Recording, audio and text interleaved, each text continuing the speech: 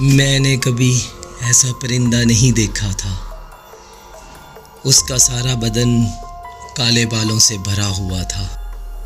اس کی سرخ آنکھیں دیکھ کر میں نے دہشت کے مارے بھاگنا شروع کر دیا۔ آیت کرسی کا ورد میری زبان پہ جاری تھا اور آنکھیں آنسو سے بھری ہوئی تھی۔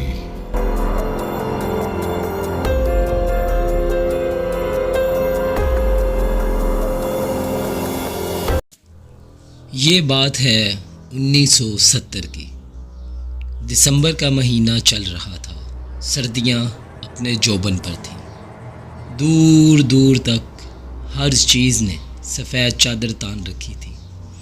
ابھی ابھی برف روئی کی مانند گر رہی تھی۔ وقفے وقفے سے درختوں کی شاخیں چٹخنے کی آوازیں سنائی دے رہی تھیں۔ گہری خاموشی روح تک میں سنسنی پیدا کر رہی تھی۔ دادا جی اور میں پانی کی قلت کے باعث صبح سحری کے ٹائم جنگلوں میں سے گزرتے ہوئے دور دراز علاقوں سے پانی بھرنے کے لیے جایا کرتے تھے۔ حسب معمول دادا جی برتن اٹھائے دیوار پر ضرب لگانا شروع کر دیتے تھے اور میری آنکھ کھل جاتی تھی اور میں اپنا گرم بستر چھوڑ کر اپنے دادا جی کے ہمراہ ہو لیا کرتا تھا۔ ہر طرف گہرا اندھیرا چھایا ہوتا تھا اور گیدڑوں کی دل خراش آواز دل جھنجھوڑ دیتی تھی۔ دل میں ڈر و خوف لیے میں سہم سہم کر قدم بڑھایا کرتا تھا۔ اس زمانے میں اکا دکا ہی گھر موجود ہوتے تھے اور ہمیں پانی لانے کے لیے طویل مسافت طے کرنا پڑتی تھی۔ جھاڑیوں میں تھوڑی سی بھی ہلچل ہوتی تو میرا دل اچھل کر میرے حلق میں آ جاتا تھا۔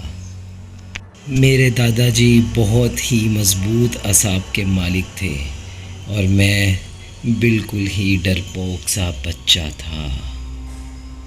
کبھی کبھار تو مجھے واضح محسوس ہوتا تھا کہ میرے پیچھے کوئی اور بھی چلتا آ رہا ہے۔ اپنے پیچھے اٹھائے جانے والے قدموں کی آواز میں بخوبی سن لیا کرتا تھا۔ دادا جی نے مجھے نصیحت کی تھی کہ کبھی کسی چیز کے پیچھے نہ جانا، چاہے تمہیں کچھ بھی دکھائی دے، اور کبھی پیچھے مڑ کر نہیں دیکھنا، چاہے تمہیں کچھ بھی سنائی دے۔ میں نے اپنے دادا جی کی ہر بات کو دل پر نقش کر لیا تھا۔ اپنے پیچھے قدموں کی چاپ سن کر زور سے آنکھیں بند کر لیتا تھا اور دل میں آیت الکرسی کا ورد شروع کر دیتا تھا۔ لیکن جب طویل سفر طے کرنے کے بعد بیٹھنے کو جی چاہتا تو یوں محسوس ہوتا جیسے بالکل ساتھ کوئی بیٹھا ہے۔ گردن گھما کر ادھر ادھر دیکھنے پر سوائے اندھیرے کے کچھ بھی نہ دکھائی دیتا تھا۔ ہمارا روز کا آنا جانا تھا۔ ایک روز مجھے آواز آئی کہ دیوار پر ضربیں ماری جا رہی ہیں۔ میں حسب معمول اٹھا، اپنا برتن اٹھایا، لیکن گہرا اندھیرا دیکھ کر ٹھٹک سا گیا۔ مجھے یوں محسوس ہو رہا تھا جیسے آدھی رات کا وقت ہو۔ میں باہر گیا تو دیکھا دادا جی کا دور دور تک کوئی نام و نشان نہیں تھا۔ میں نے یہ سمجھ کر قدم راستے پر ڈال دیے کہ وہ زیادہ دور نہیں گئے ہوں گے اور میں ان تک پہنچ جاؤں گا۔ گیدڑوں کی آوازیں پل بھر کو میرے قدم ساکت کر دیتی تھی۔ میں نے بھاگنا شروع کر دیا لیکن میں ان تک نہیں پہنچ سکا۔ بگڑے تنفس کے ساتھ میں نے مسافت طے کی اور جائے وقوع پر پہنچ گیا۔ میرے اندر تک سنسنی دوڑ گئی۔ دادا جی وہاں پر موجود نہیں تھے۔ میں تھوڑا اوپر کھڑا ہوا تو نیچے دیکھا جہاں پانی کا کنواں تھا۔ ایسا محسوس ہو رہا تھا کہ کوئی پانی کے ڈول اپنے اوپر بہا رہا ہے۔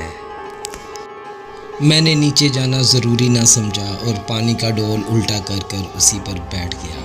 لیکن تھوڑی دیر بعد مجھے ایسا لگا کہ آوازیں مسلسل سنائی دے رہی ہیں۔ مجھے عجیب و غریب خیالات آ رہے تھے اور پانی کی آواز سے مجھے خوف محسوس ہونا شروع ہو گیا۔ اپنے پیچھے کسی چیز کو محسوس کیا تو میرے جسم پر کپ کپی طاری ہو گئی۔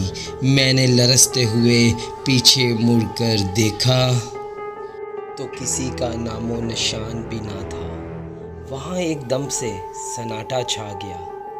میری حیرت کی انتہا نہ رہی، لیکن عین اسی جگہ پر اوپر گھنے درخت کی شاخ پر کوئی عجیب سا پرندہ بیٹھا مجھ پر نظریں گاڑے ہوئے تھا۔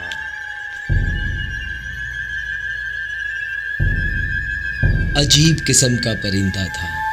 میں نے کبھی ایسا پرندہ نہیں دیکھا تھا۔ اس کا سارا بدن کالے بالوں سے بھرا ہوا تھا۔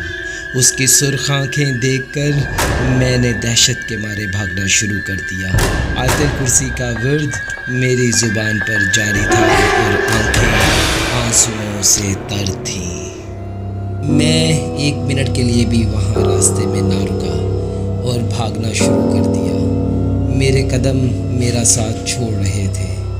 مجھے ایسا لگتا تھا کہ آج میری زندگی کا آخری دن ہے۔ آیت الکرسی پڑھتے پڑھتے میں اپنے گھر کے دروازے تک پہنچا ہی تھا کہ میں نے دیکھا کہ میرے دادا جی دروازے سے باہر آ رہے ہیں، اور میں اپنا توازن برقرار نہ رکھ سکا اور گر گیا۔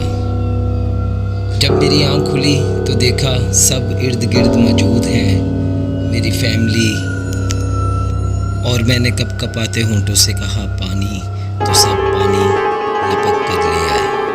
تھوڑی طبیعت بحال ہونے پر معلوم ہوا کہ آج 4تھا روز تھا اور میں مسلسل بے ہوشی کی حالت میں تھا۔ میں نے اس روز کا واقعہ سب کو سنایا تو دادا جی ماتھا پیٹ کر رہ گئے اور بولے جیسا تم کہہ رہے ہو یہ درست ہے، تو ہم اس کو ایک معجزہ ہی سمجھیں گے کہ تم زندہ سلامت لوٹ آئے ہو۔ میں نے اپنے رب کا شکر ادا کیا۔ آج بھی بدن پر سنسنی طاری ہو جاتی ہے جب کبھی اس پانی کی آواز اور اس عجیب و غریب پرندے کا بالوں بھرا جسم آنکھوں کے سامنے آ جائے۔ فرینڈز، اپنی قیمتی رائے کا اظہار کمنٹ سیکشن میں ضرور کیجیے گا۔ آپ کو میری آج کی سٹوری کیسی لگی؟ مزید ایسی سٹوری سننے کے لیے ہمارے چینل کو سبسکرائب کیجیے اور بیل آئیکن کو دبانا مت بھولیے گا۔